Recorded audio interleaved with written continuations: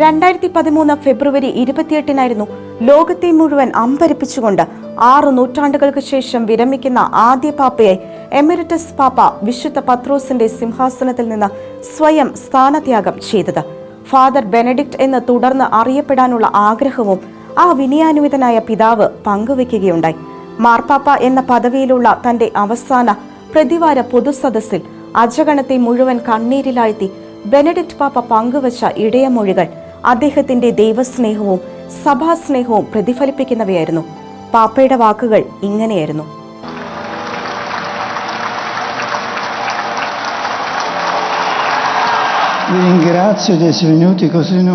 Galilei കടലിൽ മറ്റ് അപ്പസ്തോലന്മാർക്കൊപ്പം വഞ്ചിയിലായിരുന്ന വിശുദ്ധ പത്രോസിന്റെ അനുഭവം എനിക്കുണ്ടായിട്ടുണ്ട്. അസംഖ്യ മത്സ്യങ്ങൾ വലയിൽ കുടുങ്ങിയ ഇളം കാറ്റിന്റെയും ഇളം വെയിലിന്റെയും നിരവധി ദിനങ്ങൾ ഉണ്ടായിരുന്നു. എന്നാൽ കടൽ പ്രക്ഷുബ്ധമാവുകയും കാറ്റ് പ്രതികൂലമാവുകയും ചെയ്ത അവസരങ്ങളും സഭാ ചരിത്രത്തിലുടനീളം ഉണ്ടായിട്ടുണ്ട്. കർത്താവ് ഉറങ്ങുകയാണെന്ന് തോന്നിക്കുന്ന നിമിഷങ്ങൾ. എന്നാൽ സഭാനൗകയുടെ അമരത്ത് കർത്താവുണ്ടെന്ന് എനിക്ക് ഉറപ്പുണ്ടായിരുന്നു. സഭയുടെ അമരത്തുള്ള സ്ഥാനം എനിക്കോ നമുക്കാർക്കുമോ ഉള്ളതല്ല, അത് കർത്താവിൻ്റെതാണ്. തന്റെ സഭാനൗക മുങ്ങാൻ അവിടുന്ന് അനുവദിക്കുകയില്ല. കർത്താവ് അതിനെ നിയന്ത്രിക്കുകയും താങ്ങുകയും ചെയ്യും എന്നത് തീർച്ച. തന്റെ തിരഞ്ഞെടുക്കപ്പെട്ടവരിലൂടെ അവിടുന്ന് തന്റെ പ്രവൃത്തി ചെയ്യും. ഒന്നിനും മാറ്റാനാകാത്ത എക്കാലത്തെയും ദൈവനിശ്ചയമാണ് ഇത്. അതിനാൽ എന്റെ ഹൃദയം അവിടുത്തോടുള്ള നന്ദിയാൽ നിറഞ്ഞു കവിയുകയാണ്. എന്തെന്നാൽ അവിടുത്തെ സഭയ്ക്കോ എനിക്കോ തന്റെ സ്നേഹവും സമാശ്വാസവും പകരുന്നതിൽ അവിടുന്ന് വീഴ്ച വരുത്തിയിട്ടില്ല.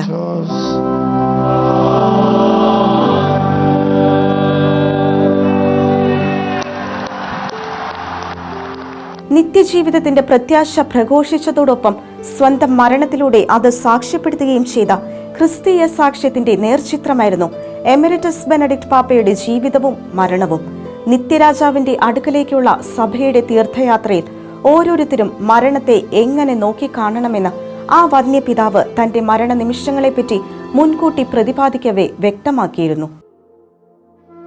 മരണം പുതിയ ജീവിതത്തിലേക്കുള്ള വാതിലാണെന്ന് സ്വന്തം മരണത്തിലൂടെ തെളിയിച്ച് കടന്നുപോയ ബെനഡിക്ട് 16 പാപ്പയുടെ നിത്യജീവന്റെ പ്രത്യാശയെപ്പറ്റിയുള്ള വാക്കുകൾ മരണത്തെ നേരിടാൻ ആർക്കും ധൈര്യവും പ്രത്യാശയും പകരുന്നതാണ്.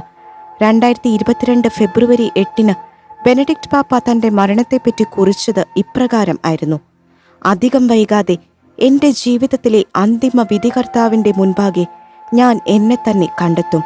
ദീർഘമായ എന്റെ ജീവിതത്തിലേക്ക് തിരിഞ്ഞു നോക്കുമ്പോൾ ഭയവും വിറയലും എന്നെ അലട്ടാൻ കാരണങ്ങൾ നിരവധിയുണ്ട്. എന്നിരുന്നാലും ഞാൻ നല്ല സന്തോഷവാനാണ്. കാരണം കർത്താവ് ന്യായാധിപൻ മാത്രമല്ല, സുഹൃത്തും സഹോദരനുമാണെന്ന് ഞാൻ ഉറച്ച് വിശ്വസിക്കുന്നു.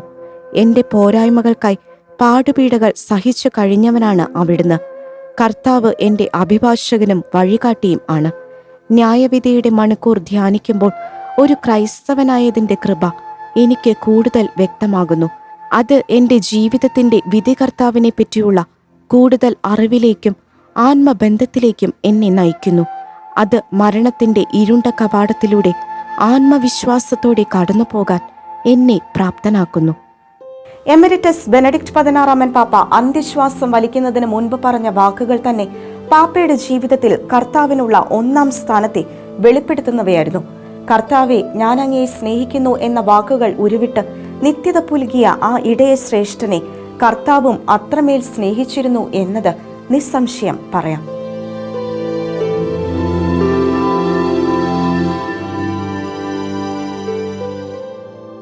ബെനഡിക്ട് 16 പാപ്പയുടെ കൂടെ സന്തത സഹചാരിയായിരുന്ന അദ്ദേഹത്തിന്റെ സെക്രട്ടറി ആർച്ച് ബിഷപ്പ് ജോർജ് ഗാൻസ്വീൻ പങ്കുവച്ച പാപ്പയുടെ അന്ത്യനിമിഷങ്ങളെക്കുറിച്ചുള്ള വെളിപ്പെടുത്തലുകൾ ഒരു വിശുദ്ധ മരണത്തിന്റെ നേർചിത്രമാണ് വരച്ചുകാട്ടുന്നത്. പാപ്പ അന്ത്യശ്വാസം വലിക്കുന്നതിന് തൊട്ടു മുൻപ് വരെ കർത്താവെ, ഞാൻ നിന്നെ സ്നേഹിക്കുന്നു എന്ന് ആവർത്തിച്ചിരുന്നതായി ആർച്ച് ബിഷപ്പ് ജോർജ് ഗാൻസ്വീൻ പറയുന്നു. പാപ്പയുടെ അടുത്തുണ്ടായിരുന്ന നഴ്സാണ് ഇക്കാര്യം വെളിപ്പെടുത്തിയതെന്നും ആർച്ച് ബിഷപ്പ് അറിയിച്ചു. പാപ്പയുടെ പ്രാർത്ഥനാ ജീവിതത്തെക്കുറിച്ചും വിശുദ്ധരോടുള്ള അടുപ്പത്തെക്കുറിച്ചുമുള്ള വെളിപ്പെടുത്തലുകളും EWTN അനുവദിച്ച പ്രത്യേക അഭിമുഖത്തിൽ ആർച്ച് ബിഷപ്പ് ജോർജ് ഗാൻസ്വീൻ വിവരിക്കുകയുണ്ടായി. അദ്ദേഹം പറഞ്ഞു, ബെനഡിക്ട് പാപ്പ പ്രാർത്ഥനയ്ക്കായി പ്രത്യേക സമയം മാറ്റിവെച്ചിരുന്നു. പ്രാർത്ഥനാ സമയങ്ങളെ വളരെ ഭക്തിയോടും വിശുദ്ധമായുമാണ് പാപ്പ കണ്ടിരുന്നത്. പ്രത്യേകിച്ച് വിശുദ്ധ കുർബാന, ജപമാല, കാനോൻ നമസ്കാരം തുടങ്ങിയവ വളരെ ഭക്തിയോടെയാണ് പാപ്പ അനുഷ്ഠിച്ചിരുന്നത്. പ്രഥമസ്ഥാനം ദൈവത്തിന് നൽകണമെന്നും ആദ്യം തേടേണ്ടത് ദൈവരാജ്യമാണെന്നും പാപ്പ പറയുമായിരുന്നു. ബെനഡിക്ട് പാപ്പയ്ക്ക് ഏറ്റവും അടുപ്പമുള്ള വിശുദ്ധൻ യൗസേ പിതാവായിരുന്നു. ജോസഫ് നാമധാരി ആയിരുന്നതിനാൽ തന്നെ യൗസേ പിതാവിനോടുള്ള വണക്കം പല അവസരങ്ങളിലും പാപ്പ പ്രകടിപ്പിച്ചിട്ടുമുണ്ട്. പിന്നീട് വിശുദ്ധ അഗസ്റ്റിന്റെയും വിശുദ്ധ ബോനവെന്തൂറിന്റെയും ജീവിതവും അവർ സഭയ്ക്ക് നൽകിയ സംഭാവനകളെക്കുറിച്ച് ആഴമായി പഠിച്ച ബെനഡിക്ട് പാപ്പയ്ക്ക് ഇവരും പ്രിയപ്പെട്ടവരായി മാറുകയായിരുന്നു. കൂടാതെ പരിശുദ്ധ അമ്മയ്ക്ക് പാപ്പ പ്രത്യേകം സ്ഥാനം നൽകിയിരുന്നുവെന്ന് നിസ്സംശയം പറയാൻ സാധിക്കും. അതിനു പുറമെ ആവിലയിലെ വിശുദ്ധ ത്രേസ്യ, വിശുദ്ധ കൊച്ചു ത്രേസ്യ, വിശുദ്ധ മദർ തെരേസയുടെ എളിമയും ദൃഢവിശ്വാസവും പാപ്പയെ ഏറെ സ്വാധീനിച്ചിരുന്നു. 1978 പാപ്പ മദർ തെരേസയെ സന്ദർശിച്ചതായും ആർച്ച് ബിഷപ്പ് സ്മരിച്ചു. 2006 തന്റെ മരണത്തിന് ഒരുക്കമായുള്ള പ്രസ്താവന തയ്യാറാക്കി നിത്യസമ്മാനം ഏറ്റുവാങ്ങാനുള്ള തയ്യാറെടുപ്പുകൾ നടത്തിയ അസാമാന്യ വ്യക്തിത്വമായിരുന്നു ബെനഡിക്ട് പാപ്പയുടേത്. ഇഹലോകവാസത്തിന്റെ നശ്വരതയെപ്പറ്റി വ്യക്തമായ കാഴ്ചപ്പാടുണ്ടായിരുന്ന ബെനഡിക്ട് പാപ്പ 2006 ഓഗസ്റ്റ് 29 എന്റെ ആത്മീയ സംഹിത എന്ന തലക്കെട്ടോടെ എഴുതിയ കുറിപ്പിൽ സഭയ്ക്കുള്ള ശക്തമായ താക്കീതും നൽകിയിരുന്നു. ആ പ്രവാചക ശബ്ദം അദ്ദേഹത്തിന്റെ മരണശേഷവും സഭാമാതാവിന്റെ കർണങ്ങളിൽ എക്കാലവും മാറ്റൊല്ലിക്കൊള്ളും എന്നതിൽ തർക്കമില്ല. പാപ്പയുടെ സ്വന്തം വാക്കുകളിലേക്ക്.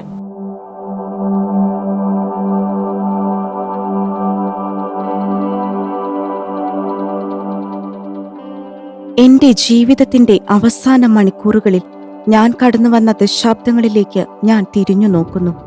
എത്രയെത്ര കാരണങ്ങൾക്ക് ഞാൻ നന്ദി പറയേണ്ടിയിരിക്കുന്നു. എല്ലാറ്റിനുമുപരിയായി ഞാൻ ദൈവത്തിന് തന്നെ നന്ദി പ്രകാശിപ്പിക്കട്ടെ.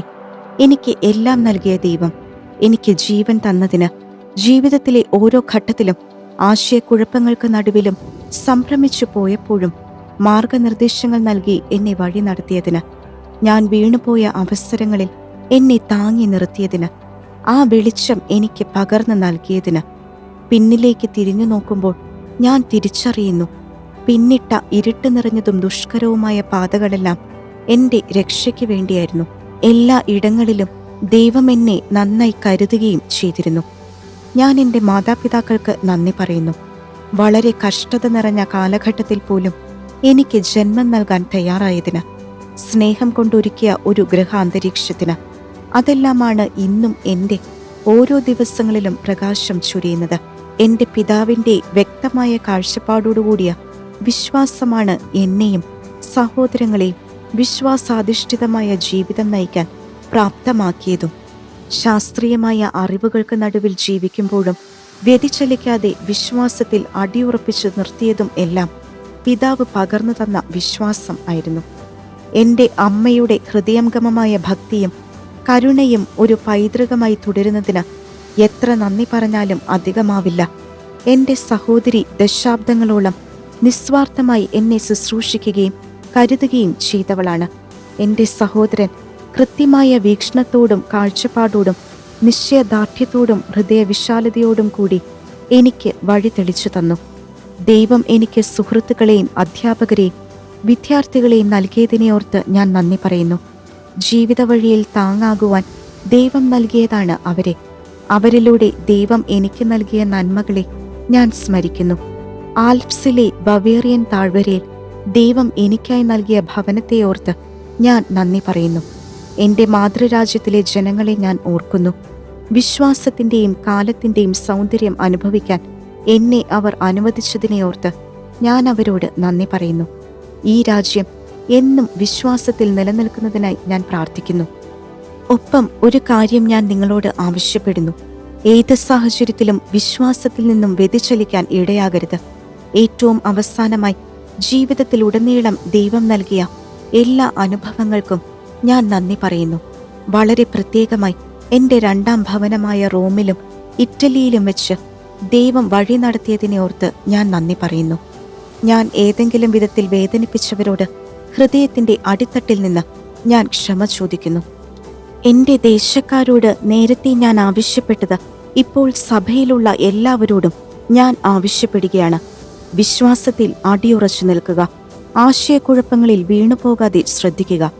ശാസ്ത്രവും ചരിത്ര ഗവേഷണങ്ങളും പ്രത്യേകിച്ച് പലവിധ വിശുദ്ധ ഗ്രന്ഥ വ്യാഖ്യാനങ്ങളും കത്തോലിക്ക വിശ്വാസത്തിന് വിരുദ്ധമായി വന്നേക്കാം. ഇത്തരം പ്രശ്നങ്ങൾക്ക് ഞാൻ സാക്ഷിയായിട്ടുണ്ട്. എന്നാൽ കത്തോലിക്ക വിശ്വാസത്തിനെതിരായ പഠനങ്ങൾ കുറച്ചു നാളുകൾക്ക് ശേഷം മാഞ്ഞു പോകുന്നതും കണ്ടിട്ടുണ്ട്. അതൊന്നും ശാസ്ത്രമല്ല, തത്വചിന്താപരമായ ചില അനുമാനങ്ങൾ മാത്രമായിരുന്നുവെന്ന് തെളിയിക്കപ്പെട്ടു. കഴിഞ്ഞ 60 വർഷമായി ഞാൻ ദൈവശാസ്ത്രത്തിന്റെ പാതയിലാണ്. ഈ കാലഘട്ടത്തിൽ പല സിദ്ധാന്തങ്ങളുടെയും പതനം ഞാൻ കണ്ടിട്ടുണ്ട്. പലതും ഇന്നും പൊന്തി വരുന്നുമുണ്ട്. എന്നാൽ യേശുക്രിസ്തുവാണ് ശരിയായ വഴിയും സത്യവും ജീവനും. സഭ എല്ലാ കുറവുകളോടും കൂടെ യേശുവിന്റെ ശരീരവുമാണ്. അവസാനമായി നിങ്ങൾ എനിക്ക് വേണ്ടി പ്രാർത്ഥിക്കണമെന്ന് താഴ്മയായി ഞാൻ അഭ്യർത്ഥിക്കുന്നു. നിങ്ങളുടെ പ്രാർത്ഥനകൾ വഴി എന്റെ പാപങ്ങളും കുറവുകളുമെല്ലാം പുറത്ത് ദൈവം എന്നെ നിത്യവസതിയിലേക്ക് പ്രവേശിപ്പിക്കട്ടെ.